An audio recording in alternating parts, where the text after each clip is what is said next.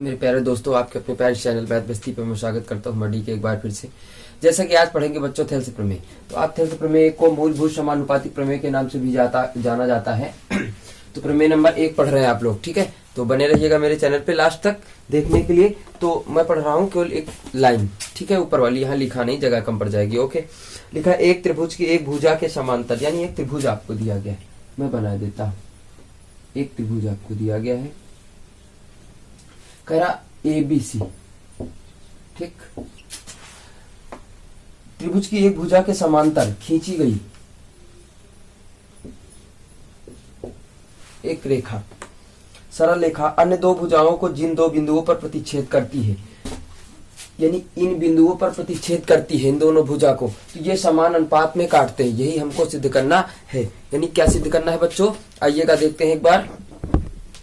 समान अनुपात में काटते, लेकिन आपको सिद्ध करना है कि AD अपान BD बराबर AE अपान EC, ये आपको सिद्ध करना है, ठीक। एक त्रिभुज में इस भुजा के समांतर ये भुजा सरल रेखा खींची गई है और ये बिंदु जिस अनुपात में काटते हैं वे समान अनुपात में काटते हैं, ठीक है। आइएगा आप करते क्या है, पहले दिया में लिखते हैं, ठीक। दिया में क्या लिखेंगे, त्रिभुज ABC, त्रिभुज ABC, त्रिभुज ABC जिसमें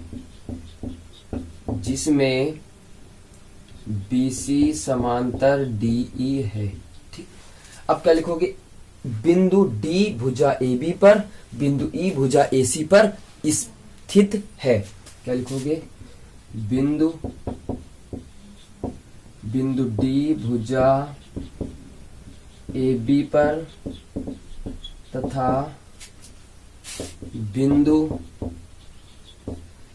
E भुजा AC पर, भुजा AC पर स्थित है, ठीक। ये आपको सिद्ध करना। अब आइएगा रचना में क्या करते हैं हम लोग। तो रचना में हम लोग क्या करते हैं, आइएगा देखिएगा एक बार। रचना में लिखेंगे CD और BE को मिलाया, ठीक। बने रहिएगा। क्या लिखोगे, CD और BE को आपस में मिलाया तथा एक लंब डालेंगे इससे, एक ऐसे, ठीक। एक इससे लंब डालेंगे, इससे यम लंब डाल लेते हैं, इससे यम लंब डाल लेते हैं। तो आप क्या लिखोगे कि EN लंब AB और DM लंब AC खींचा, ठीक बच्चों। हमने लंब डाल लिया, ओके। अब आइएगा आगे क्या करते, उत्पत्ति क्या करते, करना यह है कि एक बार ये वाला त्रिभुज लेके इस वाले त्रिभुज से भाग करा देते, फिर यही वाला त्रिभुज लेके इस वाले त्रिभुज से भाग करा देते, आपका प्रूफ होके आ जाता है, ठीक है। आइएगा ध्यान देते हैं। तो आप लिखेंगे त्रिभुज ADE, त्रिभुज ADE और त्रिभुज, सबसे सरल तरीका है BDE, त्रिभुज BDE में, ठीक। ये बात समझ में आ गई। अब आप एरिया निकालते हैं, तो दोनों का हम लोग लिखते हैं एरिया ऑफ त्रिभुज ADE अपान एरिया ऑफ त्रिभुज BDE बराबर, आप जानते हो कि लंब पड़ गया तो समकोण त्रिभुज बन गया, लंब पड़ गया तो समकोण त्रिभुज बन गया। अब देखो ये आपका लंब है, समकोण त्रिभुज का क्षेत्रफल होता है 1/2 आधार इंटू ऊंचाई। आधार आपका कितना बन जाएगा, AD, ऊंचाई यानी लंब कितना हो जाएगा, EN। अब इसका 1/2 आधार कितना बन जाएगा, BD। अब इसको बढ़ा करके ही तो आगे लंब डाला गया होगा बच्चों, EN। ये आपका डिलीट, ये आपका डिलीट, आपका आ जाएगा AD अपान BD। समीकरण इसको 1 दे देते हैं। इसके बाद ये वाला त्रिभुज लेते हैं AED, त्रिभुज AED और त्रिभुज इससे भाग करवाना है CDE से, त्रिभुज CDE में, ठीक। तो क्या लिखोगे, एरिया ऑफ त्रिभुज AED अपान एरिया ऑफ त्रिभुज CDE बराबर 1/2 आधार इसका कितना बन जाएगा, ये वाला AE इंटू लंब कितना बन जाएगा, ये बन जाएगा DM, ठीक। 1/2 आधार इसका कितना बन जाएगा, EC इंटू आधार तो डीएम ही बनेगा आगे की, इन दोनों को काट देते, आपका आ जाएगा ए ई अपान ई सी, समीकरण 2। अब बच्चों एक काम करते, करना यह है कि देखेंगे कि इस आधार पे लिखोगे एक ही आधार पर बने त्रिभुजों के क्षेत्रफल क्रमशः बराबर होते हैं। क्या लिखोगे? एक ही आधार पर बने त्रिभुजों के क्षेत्रफल क्रमशः बराबर होते हैं। ठीक, ये यहाँ पे दिखाना होगा, एक ही आधार पर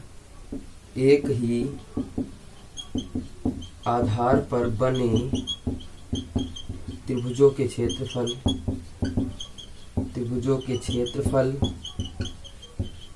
क्रमशः बराबर होते हैं,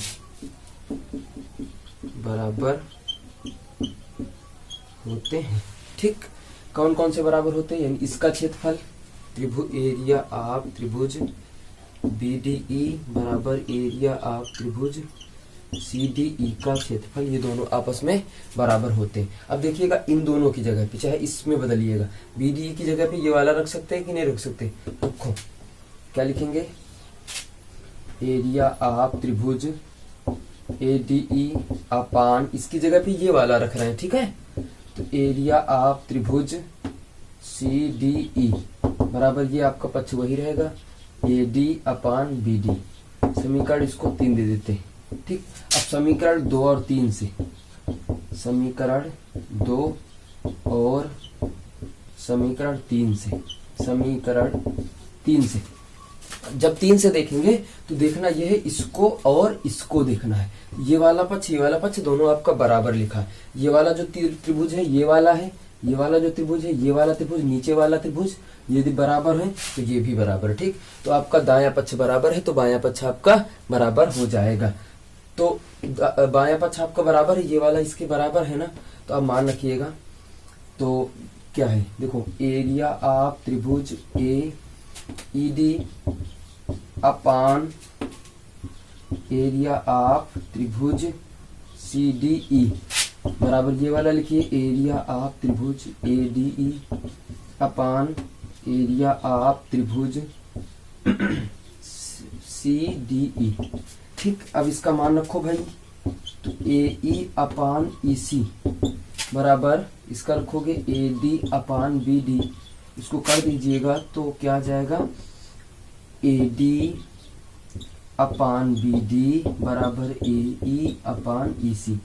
ये आपका प्रूव हो क्या गया, यही आपको थेल्स प्रमेय प्रूव्ड करनी है, मूलभूत समानुपातिक प्रमेय, थेल्स प्रमेय, ठीक है। बात समझ में आ गई? एक त्रिभुज दिया था, त्रिभुज में इस भुजा की ये समांतर रेखा थी और ये बिंदु जिस बिंदु पर जिस उसमें अनुपात में काटते थे, इन अनुपातों को बराबर दिखाना था, यानी समान अनुपात हमको लाना था। तो हम लोगों ने वही किया है, त्रिभुज में लिखा था, दिया है त्रिभुज ABC जिसमें BC समांतर DE बिंदु D भुजा AB पर तथा बिंदु E भुजा AC पर इस प्रकार स्थित है निम्नवत, ठीक है। ये आपको सिद्ध करना, AD अपान BD बराबर AE अपान EC सिद्ध करना। रचना में हम लोगों ने इन दोनों को मिलाया था, उसके बाद लंब डाला था। बाकी उत्पत्ति में क्या किया, आपने देखा कि एक बार ये वाला त्रिभुज लेके इससे भाग करवाया, एक बार ये वाला त्रिभुज लेके इससे भाग करवा दिया है, ठीक है। तो इस प्रकार बच्चों आपकी थेल्स प्रमेय कंप्लीट हो गई है। अब आइएगा उप प्रमेय नंबर 1 चलते हैं। उप प्रमेय नंबर 1, ठीक। उप प्रमेय नंबर 1 इसको आप लिखिएगा, AD अपान BD बराबर AE अपान EC, ठीक। इसमें करेंगे क्या, दोनों पक्षों में 1 जोड़ देंगे, दोनों पक्षों में 1 जोड़ेंगे, तो AD अपान BD प्लस 1 बराबर AE अपान EC प्लस 1। यहाँ ब्रैकेट में दिखा देंगे, दोनों पक्षों में 1 जोड़ने पर जगह थोड़ी कम है, ठीक है। तो AD प्लस BD अपान AD बराबर AE प्लस EC अपान EC। अब AD प्लस BD कितना हो गया, AB अपान कितना हो जाएगा, AD बराबर AE प्लस EC कितना हो जाएगा, AC अपान EC। ये आपकी उप प्रमेय 1 हो गई। अब इसके बाद उप प्रमेय नंबर 2 बताएंगे, जब तक के लिए नोट कर लीजिएगा आप लोग, फिर उप प्रमेय नंबर 2 बता दे हम, ठीक है। अब हटा दे, यहीं पे बता रहे उप प्रमेय नंबर 2।